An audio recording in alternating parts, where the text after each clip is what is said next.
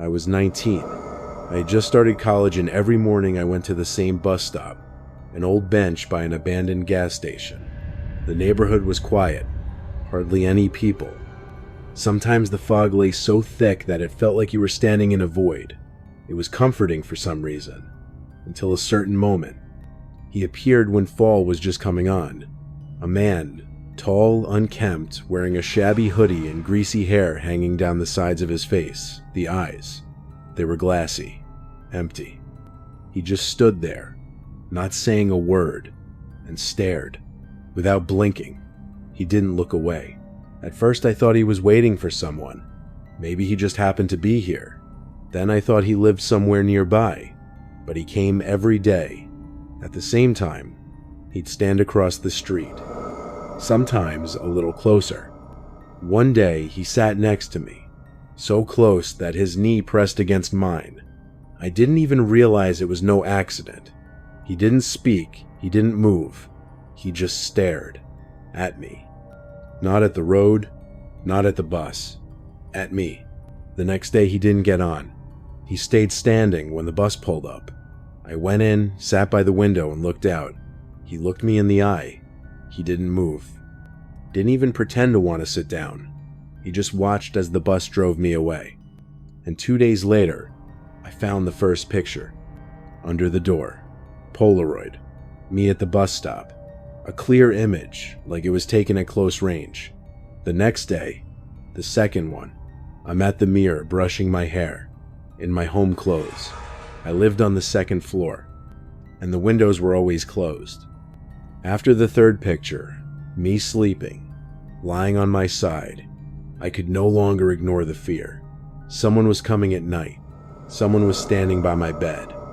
I started pushing the dresser against the door and shading the windows, even during the day. With trembling hands, I called the police. They came quickly. They found footprints on the fire escape, boot prints. On the ledge, frayed fabric, as if he'd stood there more than once. There's a backpack in the alley. Inside, rope, knife, food wrappers, and dozens of photos, some of them old. Me in the kitchen, me at the computer, me in my pajamas, taken from inside. He knew my routine. When I'm home, when I leave, when I sleep. He lived my life without ever showing up. Sometimes he came in when I was out, sometimes when I was home, just hiding, quietly, patiently. He was never found. No prints, no footprints. He just disappeared. But sometimes, when I pass that gas station or hear the click of a camera in the crowd, I get a chill inside, because I think he's still around. When I rented an apartment in 2020, I immediately noticed an oddity. One of the doors was locked. It was solid, heavy, covered in tiny scratches and a rusty lock, as if no one had opened it in years. I asked the owner, "What is this? A basement?" He shrugged, almost without looking at me. "Just an old storage room. Junk, collapsed shelves. Don't open it, there's nothing to see." It made me wary, but it was a cheap apartment in a decent neighborhood. At that time I had just moved, I was looking for a job. Studying, saving money was more important than anxiety. I agreed. The first few weeks were fine. A little dusty, but cozy in its own way. The house was quiet, the neighbors didn't make any noise. I came home late, ate, studied, fell asleep. But then little things started happening. First, I noticed the charger was gone. A day later I found it, in the bathroom. Then a cup from the kitchen was on the floor in the hallway. The shampoo in the refrigerator. At first I thought I was just tired, that I was getting confused, forgetting things. But it got worse every day. I started waking up in the middle of the night, feeling like someone was there. You know, when you sleep alone, the room sounds different. The air is different. But here, the silence was louder, like a ringing vacuum. Sometimes I could even hear something quietly moving. But when I turned on the light, nothing. To make sure I wasn't going crazy, I left the old cell phone with the nightly recording. I just put it on the shelf, activated the video, and went to bed. In the morning, I watched the video. At 3:14, the screen froze. And then, the door, the one that was locked. It opened, slowly, the creak of the lock, and darkness, viscous like mold. A man crawled out of it. Skinny, almost bald, with arms like an insect's. He crawled, taking his time. He stood beside my bed and stood. 12 minutes. Without moving, without blinking, not breathing like he'd been dead a long time. And then he slowly turned around and crawled back out, closing the door behind him. I didn't take my things. I didn't put my shoes on. I just grabbed my phone and my keys and ran out into the street. The police arrived 20 minutes later. They broke down that door. Behind it was a narrow, dusty cubbyhole. The walls are shabby. The air is stale, smells of rot. There's a sleeping bag on the floor, empty cans, and one file. Inside is a photograph. I, sleeping. It's right next to the bed, almost point blank. My eyes are ajar. Forensics said he could have been living there for months.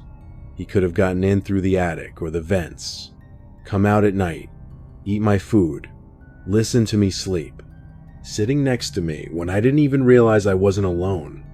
I still don't understand how I didn't wake up earlier, and what would have happened if I had woken up then. And most importantly, is he gone? There was this one guy in high school, Daniel. He was always different, quiet, hunched over, like forever invisible, but always there. He sat in the last row against the wall, not talking to anyone, just doodling in his thick notebooks. Sometimes it seemed that he wasn't just looking, he was studying, especially me. I noticed his gaze, long, hard. He never took his eyes off me, even when I looked back, but I didn't pay attention. He was weird. He was withdrawn. There's plenty of those. Until one day, my friend snatched his notebook from him for a laugh and showed it to me. The first picture was of me sleeping in my bed. The second was me in the dining room. The angle from which the sketch was taken was right behind me. And in the third, I am in the shower. I'm soaping my hair, water dripping down my shoulders. He drew this from memory, or not. My hands shook. My eyes went black. I handed the notebook back. I didn't go to the teacher or my parents. I just tried to forget. I tried to switch. Pretend it was all just a stupid thing. A couple weeks later, Daniel disappeared. He was transferred. I didn't bother to find out where. It's been almost 5 years. I changed cities. I changed my number. Hid all my profiles. Even my messenger nicknames. And then one day, when I got home from work, there was a package in my mailbox. No name, no forwarding address, just mine. Inside was a yellow folder, and one drawing. I, in my new apartment, sitting at my laptop, in my pajamas. The window behind me is slightly ajar. He knew where I lived. I wanted to convince myself it was a coincidence, an old drawing, someone's evil joke. But soon new envelopes arrived. Photographs, me getting out of the shower, me driving, me laughing with someone on the phone. Drawings, detailed, alive. One particularly creepy one. I'm asleep and there's a hand reaching out from under the bed. And then, a letter. No words, just a strand of my hair wrapped in a piece of paper. I stopped sleeping. I locked the windows. I covered the mirrors. When I arrived for my oil change, the technician leaned under the seat and frowned. "What's this?" It was a beacon. Fingerprints on it. It all checks out. It was him, Daniel. He's been following me all these years. Never approached me. Didn't speak. Didn't threaten me. He just watched. Every day. And waited for the moment. His moment. His moment. I shared an old house with a college friend. It's a typical college house, cheap but creaky. The walls are thin, the floors are sagging. We got used to the sounds. Wind, crackling pipes, neighbors. We put it all down to the age of the building. Almost everything. There was one wall in my room, between me and the bathroom, and it sounded wrong. I noticed it almost immediately. If you knocked lightly, it was muffled. It was like there was no brick behind the drywall, just emptiness. At first it seemed strange, then it was unsettling, and then came the rustling, like someone scratching from inside, slowly, steady, at intervals. I thought mice, or rats, but the sound was too human. No panic, just deliberate, methodical scraping. Once I put my ear to the wall, I heard breathing, intermittent, hoarse, as if someone was standing on the other side, listening back. The next day, I called the handyman. He came with a disgruntled look, with a tape measure and a hacksaw. He looked at the wall and mumbled, "There should be a duct underneath, but it's narrow," and started cutting. When he removed a piece of drywall, I could smell it. Damp, mold, sweat, and then movement. Out of the darkness, almost blending in with the gray walls, sat a man. Hunched over, dirty, in tattered clothes, face soiled, eyes red. He was not frightened. He didn't scream. He just watched. Just like an animal caught hunting. He didn't speak. He didn't fight back. The police arrived 10 minutes later. He didn't even try to run away. He just sat there, hugging his knees. Later, they said he'd been living there for weeks, maybe months. He was climbing through the vents, eating our food, listened to us talk, watched us sleep. Every night, they found a notebook in his things, a regular school notebook, hundreds of lines. Mike fell asleep at 2:36. Sam was on the phone with a girl. Sam was in the shower for 7 minutes. Mike was eating noodles and left his fork on the table. Last entry. They don't know what I am. Yet. I don't live in that house anymore. But sometimes I wake up to what sounds like someone rustling behind the wall. And then I remember how quiet he sat, how long he waited, and that if I hadn't heard, he might never have come out. Sometimes stalkers aren't shadows in alleyways. They don't whisper from the darkness or catch your eye. They're closer, quiet, waiting for a long time.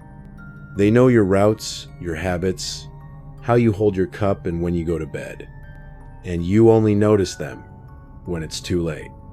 If you've ever felt like someone was watching you, in a stairwell, in a window, in the reflection of a screen, maybe you weren't wrong. Some glances are not an accident. Some footsteps are not echoes. And some doors. They really shouldn't be opened. You've been watching Mr.Nightecho. If you get even the slightest chill inside, subscribe now so you don't miss the next real nightmares. Stories that will make you start checking your locks twice and looking behind you a little more often. Put your headphones on, turn out the lights, and remember, you're never alone. Subscribe to Mr. Nightecho if you're ready to look where you can't look